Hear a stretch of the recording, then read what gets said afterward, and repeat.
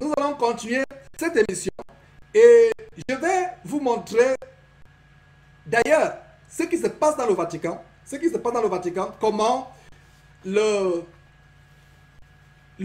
diacre principal du pape a invoqué Lucifer en pleine réunion, et cela est tellement choquant. Il parlait en latin, mais ça a été traduit. Vous allez voir ce qui se passe, comment ils invoquent Lucifer, une invocation publique de Lucifer dans une de leurs messes noires, une messe pascale, soi-disant. Et voilà, donc sans plus tarder, je vous montre...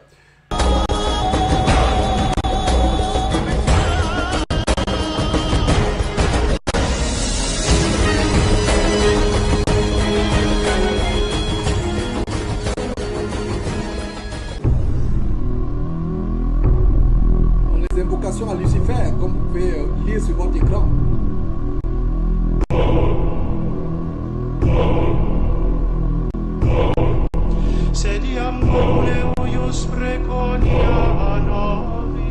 La guerre de Dagon, le chapeau que vous venez de voir. Dans quelques moments, le diable va invoquer Lucifer, Satan. Qu'est-ce qu'il dit?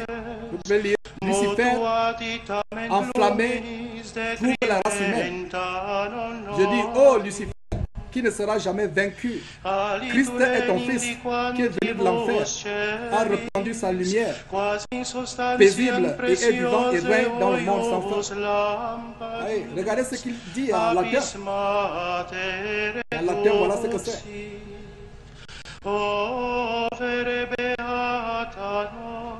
Voilà, en latin, vous pouvez lire ce qu'ils disent latin.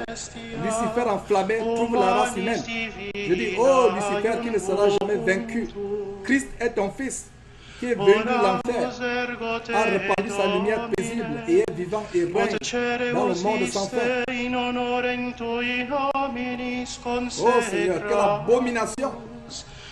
Sortez de ce milieu, mes frères et sœurs. Sortez de ces abominations. Les choses abominables qui sont attribuées à Dieu. Dieu n'y est pas.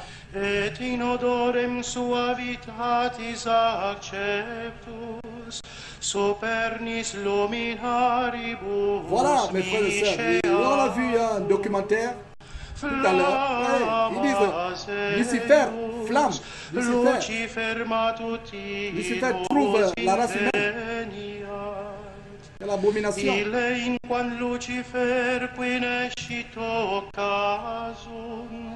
Oh Lucifer qui ne sera jamais vaincu. Quelle abomination. Il répète, Christ est ton fils. Christ n'est pas le fils de Lucifer. Bande de satanistes. Choses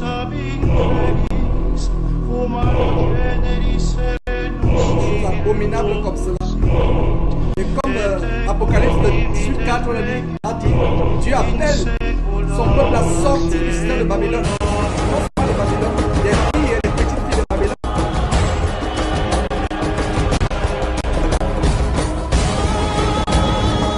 Connaissez la vérité et la vérité pour vous.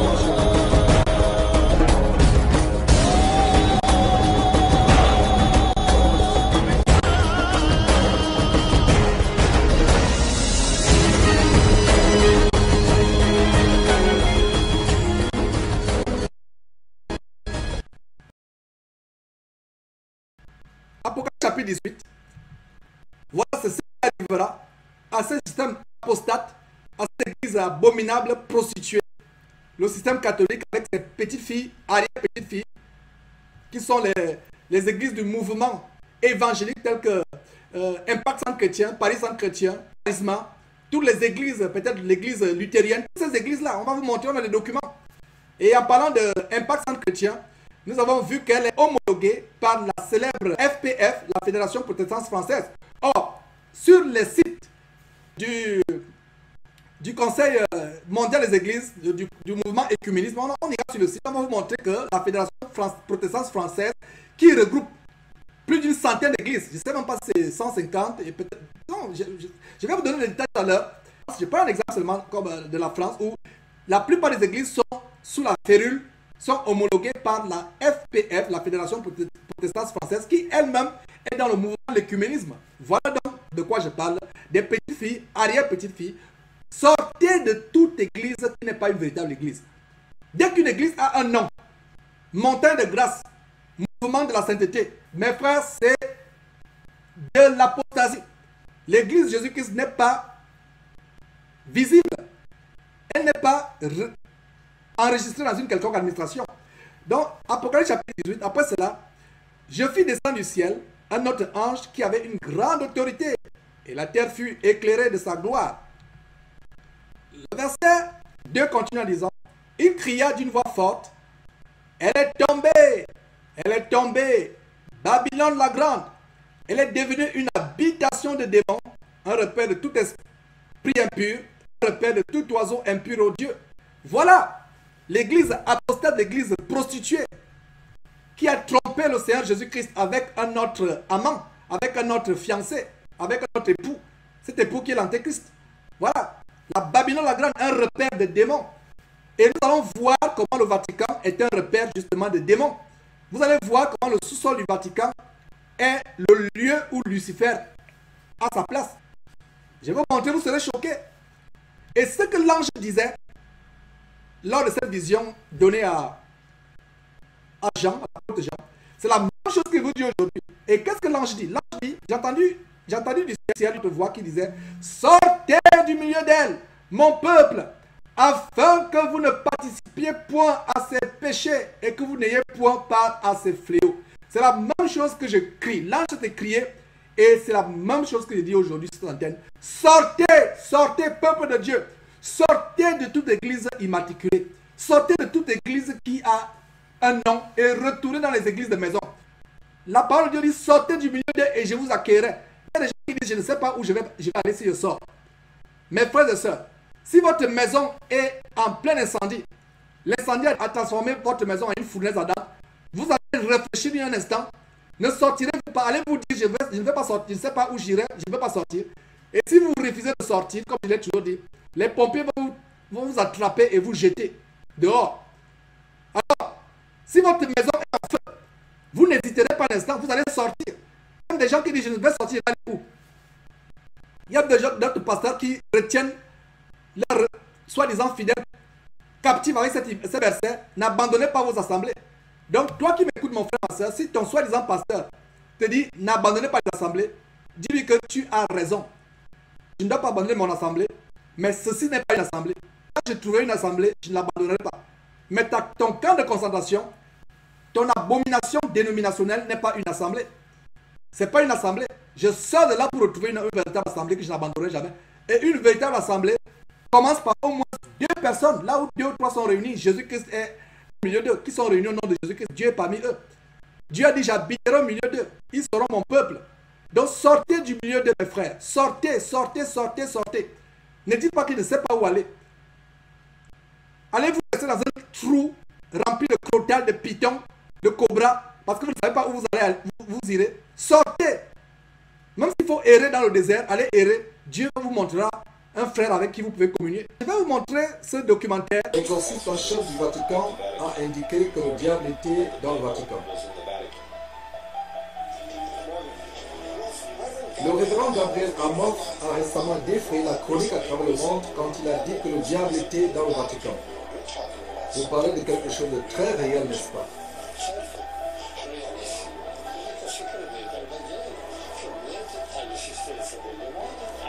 Absolument très réel. S'agissant de la présence du diable dans le Vatican, il a dit que ce n'est pas surprenant. Il a déjà eu à pratiquer un exorcisme sur un autre exorcisme. La première chose que nous devons faire si nous voulons savoir si le diable est au Vatican est de faire un tour dans le sous-sol du Vatican. Comme nous arrivons en dessous du Vatican, nous voyons qu'il est établi selon un certain nombre de pièces marquées par des lettres, comme nous pouvons le voir dans cette partie de la carte. Maintenant, nous allons explorer quelques-unes des pièces de cette carte. Commençons par la lettre C, ici. Et comme nous regardons dans cette salle, nous voyons que c'est un mausolée de Lucius Tullius Zettius. Le Vatican explique que cette salle a été utilisée pour des offrandes aux morts.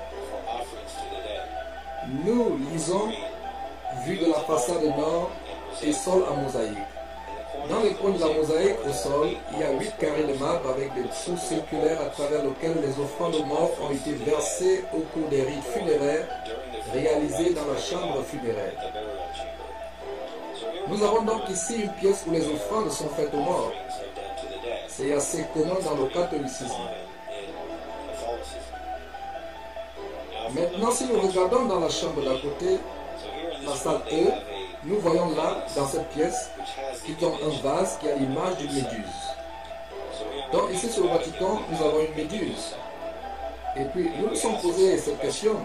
Il s'agit d'un vase et pourtant il est conservé sur le Vatican. Cela aurait pu être facilement enlevé. Si le Vatican était une église sainte, on pourrait penser qu'ils auraient pu l'enlever. Vous pensez que dans le sous-sol du Vatican, ils auraient des choses qui sont sacrées au Christ et non pas des dieux étrangers, non pas les idoles et les images de dieux étrangers. Maintenant, comme nous descendons dans la salle H, nous voyons là que c'est un mausolée qui est l'un des plus grands et des plus luxueux mausolées dans le sous-sol du Vatican à la basilique Saint-Pierre. Il est dit qu'il a été construit au début de la deuxième partie du IIe siècle, pendant le règne de l'empereur Marcus Aurelius, et appartenait à la franchise de l'importante famille Valérie. Et comme nous sommes dans ce mausolée, nous voyons qu'il y a un bon nombre d'idoles de l'ancien empire romain. Et nous nous sommes demandé pourquoi donc garder ces idoles sous la basilique Saint-Pierre. On pourrait penser que s'ils étaient les chrétiens, ils auraient dû enlever tout cela. Je ne peux pas imaginer quelqu'un qui a une véritable église et qui garde des idoles dans leurs églises. Spécialement les idoles païennes, surtout laissées depuis l'ère païenne révolue.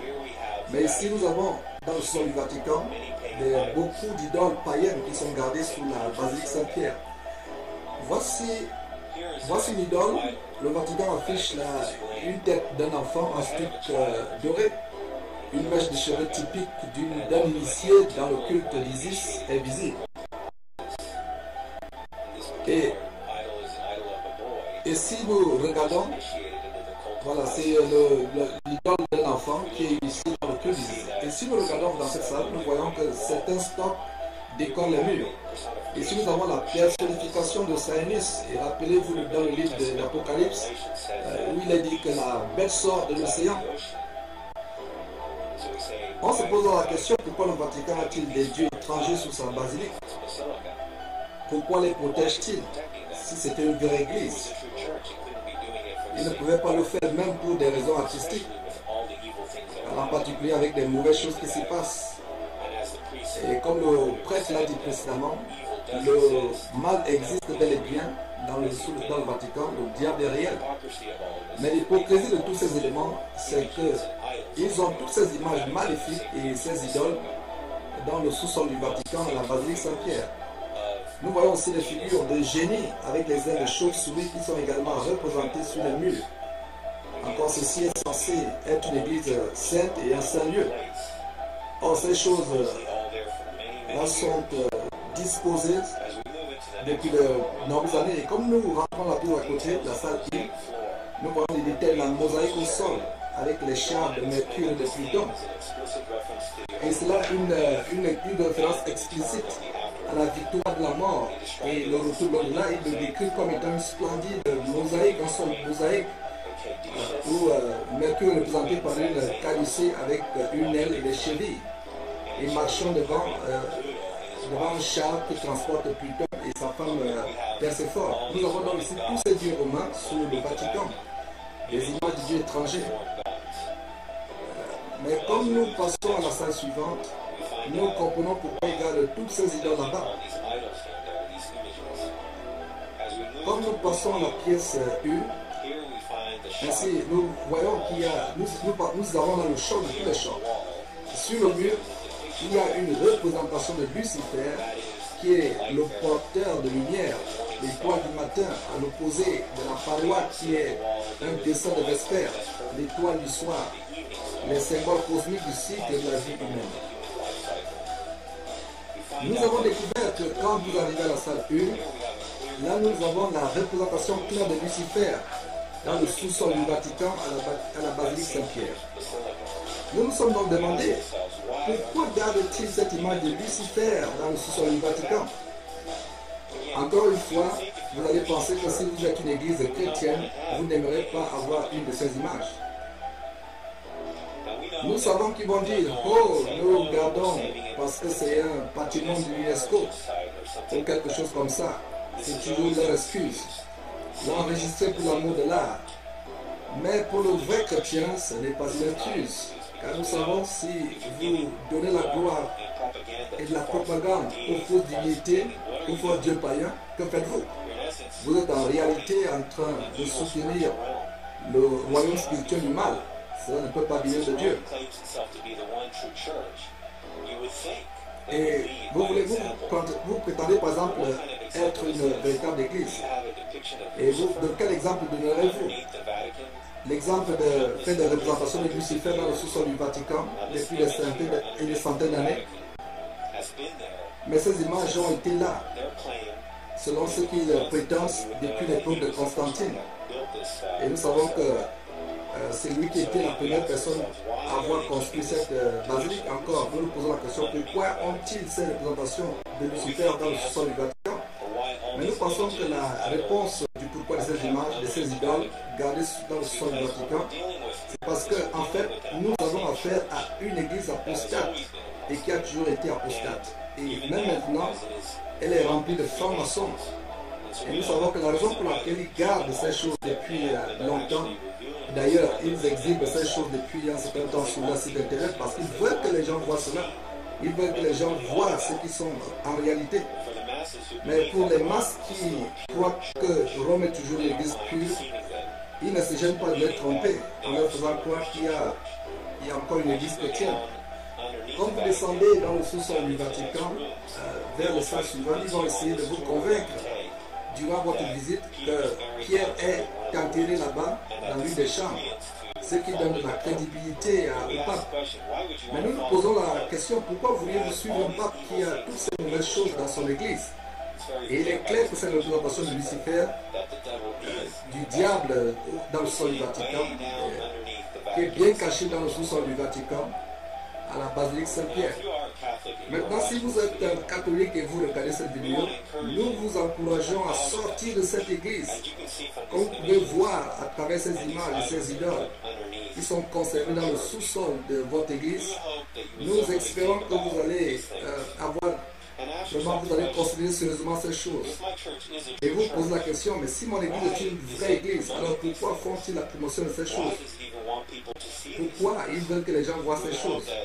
Nous espérons que vous allez entendre l'exhortation d'Apocalypse chapitre 18 verset 4 et 5 qui dit: et j'ai entendu une voix, j'ai entendu une autre voix qui disait: sortez du milieu d'eux, mon peuple, afin que vous ne participez point à leurs péchés et que vous n'ayez point part à ces fléaux. Et nous pouvons voir quel péché, chose abominable se passe quand les gens ne regardent pas. Mais le jugement de Dieu ne sommeille point. Parfois il sommeille depuis de longs moments. Mais quand son jugement se réveille, il est trop tard pour vous. Et notre prière pour vous est d'aller, que vous trouviez un refuge dans la foi en Jésus-Christ et que vous le suiviez et non pas une fausse religion de Rome.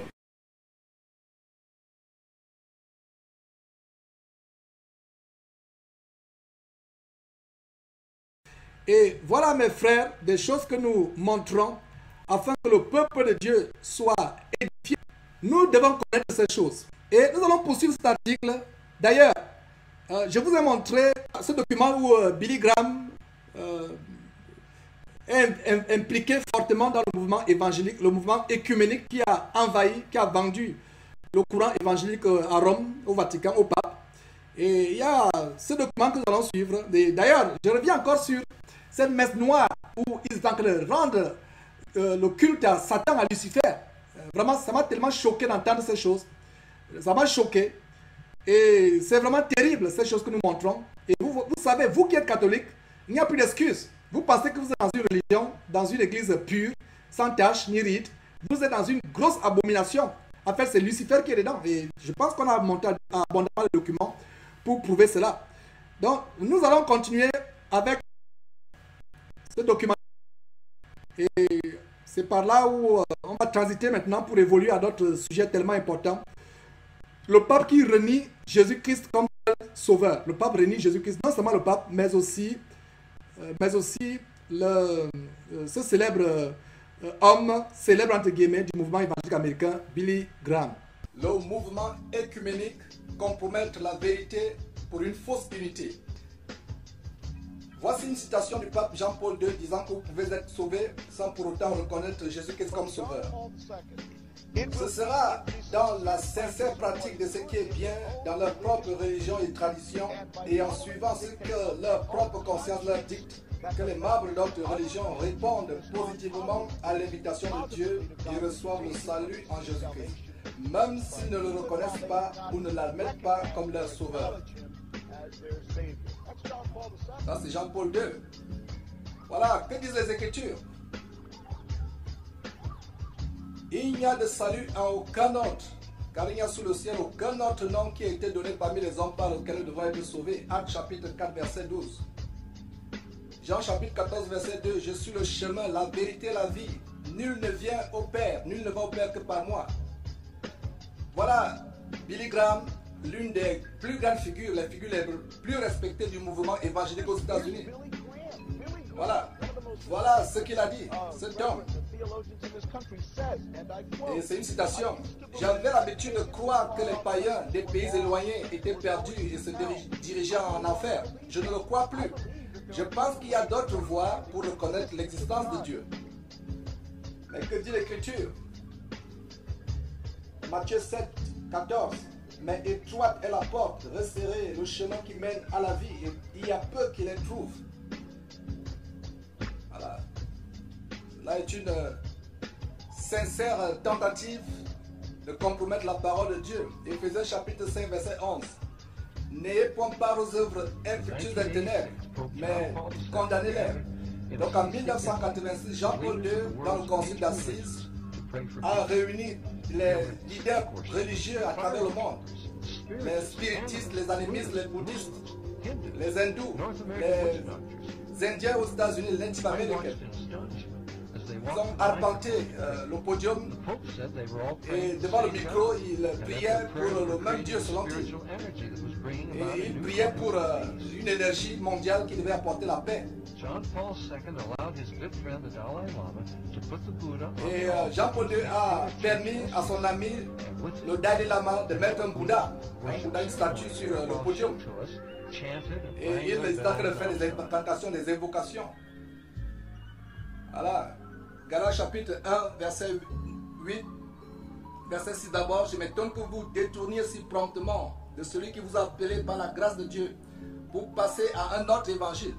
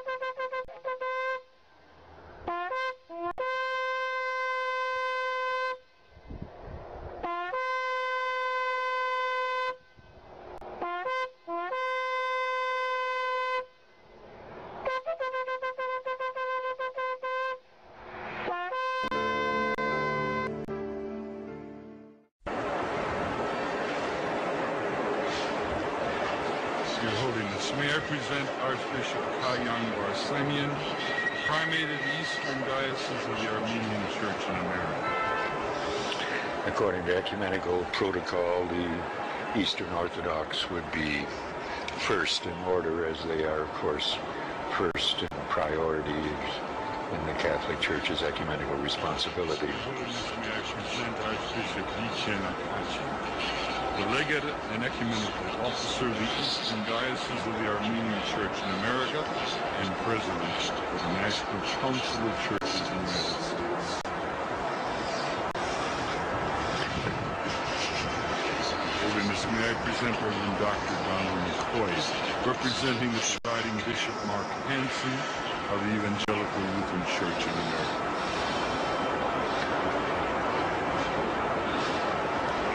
Holiness, may I present Bishop Jeremiah J. Park, Bishop of the New York Annual Conference of the United Methodist Church.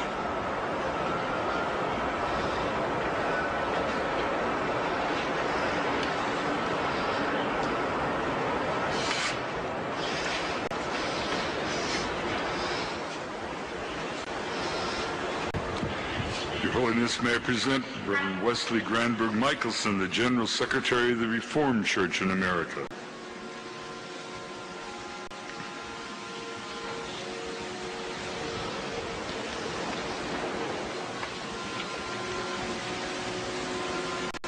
Your Holiness, may I present Reverend Dr. Clifton Kirkpatrick, the stated clerk of the General Assembly of the Presbyterian Church in the United States.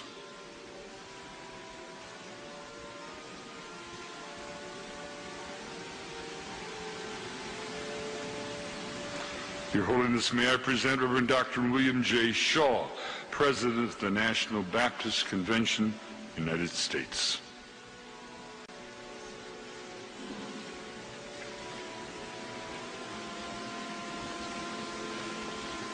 Your Holiness, may I present Bishop James Leggett, General Superintendent of the International Pentecost Holiness Church.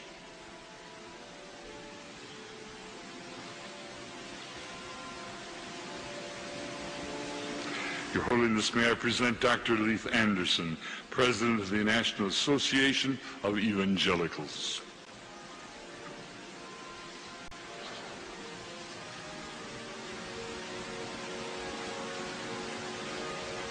Your Holiness, may I present Bishop David H. Benke, President of the Atlantic District of the Lutheran Church, Missouri Synod.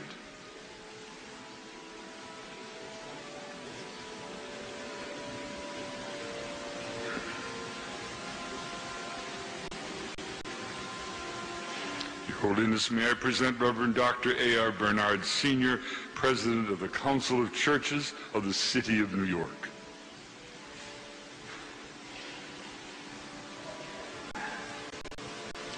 Your Holiness, may I present Elder Bernice King, daughter of the civil rights leaders Martin Luther King Jr. and Coretta Scott King.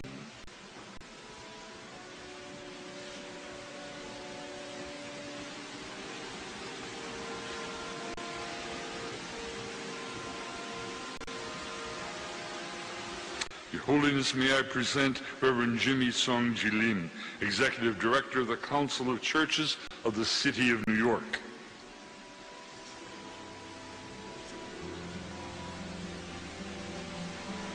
Your Holiness, may I present the Right Reverend Mark Sisk, Bishop of the Episcopal Diocese of New York.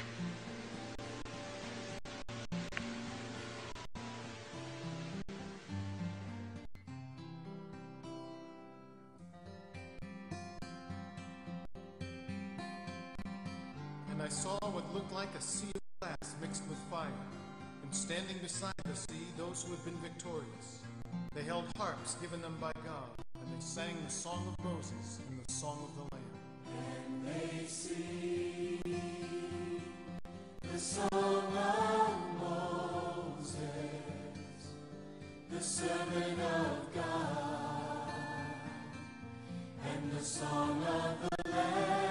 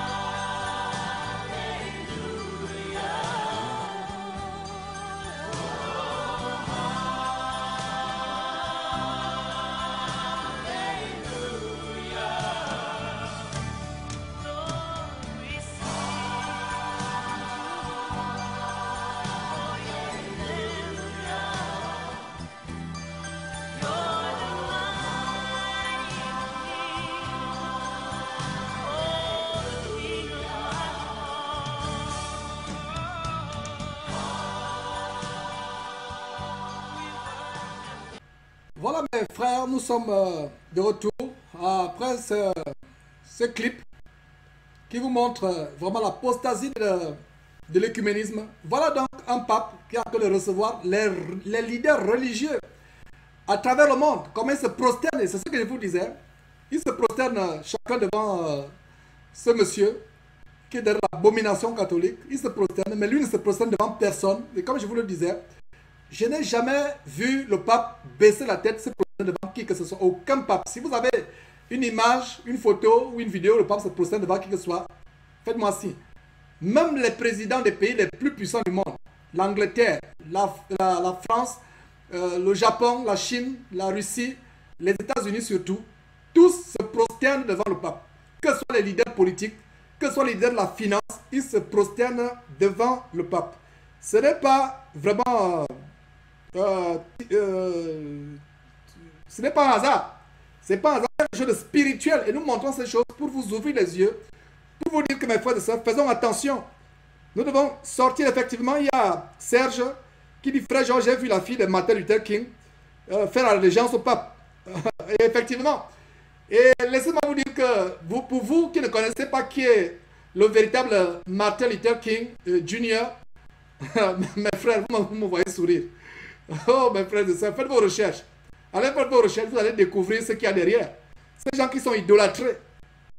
C'est le cas avec Desmond Tutu dernièrement, qui on a montré Desmond Tutu en train de cautionner l'homosexualité, en train de dire qu'il préférerait 100 fois passer son éternité en enfer que d'adorer un Dieu homophobe. Voilà, un Dieu homophobe qui dit en Lévitique chapitre 18 et en Romains chapitre 1 que l'homosexualité n'est pas une bonne chose. Donc voilà, c'est des choses que nous montrons afin que le peuple de Dieu soit délivré. Ne vous y trompez pas. Ces personnes célèbres dans le monde, un véritable homme de Dieu ne sera pas célèbre, ne sera pas adulé par le monde. Oui, les journaux en parlent, les télévisions en parlent. Quand vous commencez à être célèbre, posez-vous la question. La compromission est entrée dans le cœur de beaucoup de chrétiens, dans beaucoup de mouvements. Nous devons exposer ces choses. Nous allons continuer avec cet article. Et d'ailleurs, c'est pour vous montrer, d'ailleurs c'est un blog et j'ai réuni beaucoup de blogs qui nous ont vraiment aidé dans la préparation de cette émission. Et d'ailleurs, ça c'est le blog de Claude Lamontagne, qui parle abondamment sur l'écuménisme. Donc je vous recommande son blog. Vous pouvez taper Claude Lamontagne. Et il a des informations importantes par rapport au mouvement de l'écuménisme.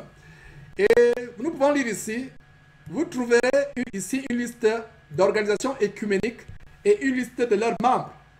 Voici votre église peut-être, voilà, votre église peut-être fait partie de ce mouvement sans que vous le sachiez. La parole est claire que dans les derniers temps, Satan réunira toutes les religions du monde pour recevoir toute l'adoration. La parole nous met en garde contre ceux qui s'en tiennent à ces choses, ou alors qui ne s'en tiennent pas à l'enseignement de notre Seigneur Jésus-Christ. Voilà exactement, cet homme est en train d'écrire exactement ce que je vous dis derrière cette trompette presque tous les jours. Donc vous qui êtes encore dans les systèmes dénominationnels, les églises qui sont immatriculées, les églises qui ont un nom, une pancarte, un website, qui sont immatriculées à la préfecture, sortez de ces choses. Vous êtes dans le filet, dans le panier de l'apostasie écuménique. Vous devez sortir de ces choses. Sortir de ces choses, ne mettez pas les pieds dans ces choses. D'ailleurs, le bien-aimé frère nous rappelle les versets ici.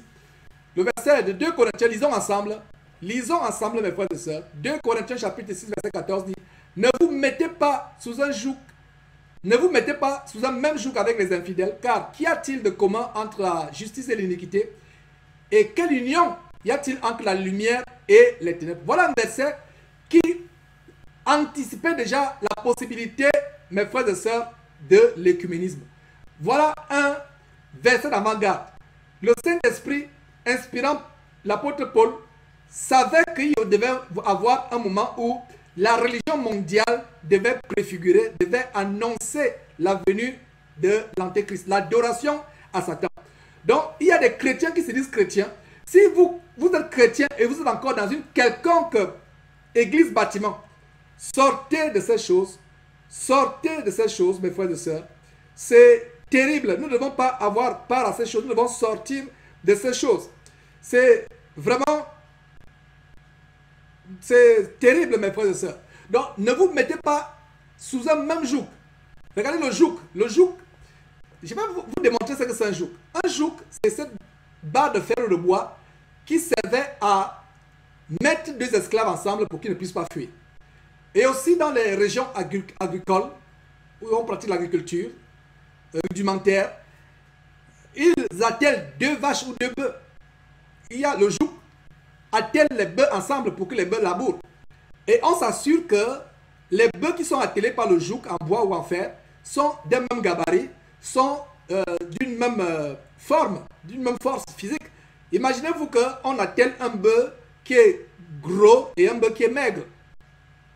La marche sera pénible. Donc nous ne pouvons pas nous atteler avec les infidèles. Nous ne devons pas nous mettre sur un même joug avec les infidèles. Et voilà un verset qui annonce l'abomination de l'écuménisme et qui nous en met en garde. Le verset continue, verset 14. C'est pourquoi sortez du milieu d'eux et séparez-vous, dit le Seigneur, et ne touchez pas ce qui est impur, et je vous recevrai. Le Seigneur ne peut pas vous recevoir si vous ne sortez pas de ces choses. Le Seigneur ne vous recevra jamais. Le Seigneur ne vous recevra jamais si vous ne sortez pas de ces choses. Et le verset, il y a un autre verset qui dit, 2 Thessaloniciens chapitre 3 verset 6, frères, nous vous recommandons aussi au nom de notre Seigneur Jésus-Christ de vous éloigner de tout frère qui vit dans le désordre et non selon l'enseignement qu'il a reçu de nous. Ouais. Quelqu'un qui ne suit pas l'enseignement du Seigneur, il faut s'en éloigner. Que ce soit un pasteur révérend, et d'ailleurs l'abomination des révérends, pour ceux qui ont les noms révérends devant leur nom, repentez-vous. Repentez-vous, c'est une abomination de vouloir usurper la révérence qui revient seulement à Dieu. Seulement à Dieu. Il n'y a aucun verset dans l'Écriture où quelqu'un, soi-disant homme de Dieu, s'est attribué ce titre honorifique de révérend. Parce que dans révérend, il y a la révération, il y a la vénération. Et allez faire des recherches dans un dictionnaire, vous aurez peur d'appeler encore un homme révérend. La révérence va à Dieu seul. Et donc, il y a quelqu'un, je pense que c'est Serge, qui dit ceci. Serge dit ceci. Frère, j'allais à une église baptiste en Irlande qui tenait leur église bâtiment de l'ordre de Malte, qui est une branche de la franc-maçonnerie. Effectivement, ce n'est pas surprenant. Ce n'est pas surprenant. Donc, on continue à rappeler la fondation scripturale parce que ce qui est plus important lors de ces émissions, ce n'est pas tant les vidéos, ce n'est pas tant les images, mais c'est la parole de Dieu. Bien-aimés, ne croyez point à tout esprit, mais éprouvez les esprits pour savoir s'ils sont de Dieu. On doit éprouver les esprits pour savoir s'ils sont de Dieu, car plusieurs faux prophètes sont venus dans le monde. Et 2 Timothée chapitre 3 verset 5, ayant l'apparence de la piété, mais en ayant renié la force. Éloigne-toi de ces gens-là. Éloigne-toi, mes frères, mes sœurs, mon frère et ma sœur, toi qui écoutes cette émission. Éloigne-toi de tout groupe écuménisé. Éloigne-toi de tout pasteur qui a une église bâtiment. Sortez derrière les églises bâtiments. Retournez dans les églises maisons. Nous continuons à sonner l'alarme, à crier. Nous continuons dans 2 Timothée chapitre 4 verset 3 à 4. Car il viendra un temps où les hommes ne souffriront point la saine doctrine, c'est-à-dire qu'ils ne supporteront point la saine doctrine, mais où, désirant d'entendre des choses agréables, ils s'amasseront des docteurs, une foule de docteurs, selon leur convoitise, et fermeront l'oreille à la vérité, et ils se tourneront vers des fables. Et une des fables les plus abominables cette fois de temps, c'est justement les fables de l'écuménisme, le mouvement de l'écuménisme. 1 Jean chapitre 5 verset 2 à 3 dit ceci. Nous connaissons en ceci que nous aimons les enfants de Dieu, c'est que nous aimons Dieu et que nous gardons ses commandements. Regardez très bien, gardons ses commandements. Car ceci est l'amour de Dieu, c'est que nous gardons ses commandements. Or, ces commandements ne sont pas quoi? Ne sont pas pénibles. Les commandements de Dieu ne sont pas pénibles. Galates chapitre 1 verset 8 dit, mais quand nous-mêmes ou un ange du ciel vous annoncerait un autre évangile, un évangile différent de celui que nous vous avons annoncé, qu'il soit anathème. Matthieu chapitre 7 verset 21, ce n'est pas tout homme qui me dit Seigneur, Seigneur, qui entrera dans le royaume de Dieu, mais celui-là qui fait la volonté de mon Père qui est dans les cieux. Et nous pouvons voir ici quelques églises du Conseil écuménique des églises. Voilà, le Conseil écuménique des églises auxquelles les églises apostates telles que Impact Centre Chrétien et autres sont associées. World Council of Churches, le Conseil écuménique des églises. Donc, c'est une communauté fraternelle de 330 églises, membres dans plus de 120 pays sur 5 continents. Voilà, ces églises représentaient presque toutes, représentent presque toutes les traditions chrétiennes. Donc voilà, au Canada, on donne quelques exemples. L'église anglicane du Canada, l'église chrétienne disciple de Christ Canada, etc. L'église évangélique luthérienne, Lutheran Exil. Voilà, donc quelques églises. Et ça, c'est les membres du Canada. Et vous qui êtes au Canada, je peux mettre pause pour que vous voyez un peu ce qui se passe là-bas de votre côté au Canada. Et d'ailleurs, il y a une page du Conseil écuménique. Le Conseil écuménique, je pense que je vais vous montrer cette page, le Conseil écuménique. Donc, vous voyez donc l'église orthodoxe, l'église éthiopienne orthodoxe, l'église presbytérienne, l'église réformée, l'église unie, etc. J'ai mis pause pour que vous puissiez lire. Voilà, les Evangelical Fellowship of Canada, les membres de l'FFC, voilà, toute cette liste-là. Peut-être que vous qui êtes au Canada, vous pouvez reconnaître votre église et sortez de ces choses. Sortez de toute église bâtiment. Sortez de toute église dénominationnelle. Dès qu'une église a une dénomination, c'est déjà elle a déjà la marque de l'apostasie. N'importe quel nom. Si une église a un nom, vie profonde, mouvement de sainteté de ceci, cela, une église qui a un nom a déjà, mes frères et sœurs, les marques de l'apostasie. Qu'elle s'appelle fleuve de bénédiction, rivière de grâce, montagne de feu, elle porte la marque de l'apostasie. Donc on sort de ces choses, on ne participe pas à ces choses. Voilà, toujours au Canada, les églises du Canada qui font partie du World Evangelical Fellowship, WEF, voilà, la liste est longue. Et nous devons sortir de ces choses, ne pas prendre part à ces abominations, à ces apostasies. Et c'est la volonté de Dieu, voilà, le conseil écuménique atlantique, ouais, c'est tellement tout ça, l'écuménisme, le conseil écuménique des chrétiennes, des chrétiens du Canada, voilà, c'est, oh mes frères et sœurs, c'est terrible. Et les versets bibliques qu'on a lus dans cet article du blog du frère, La Montagne, c'est la version d'Osterval révisée 1996.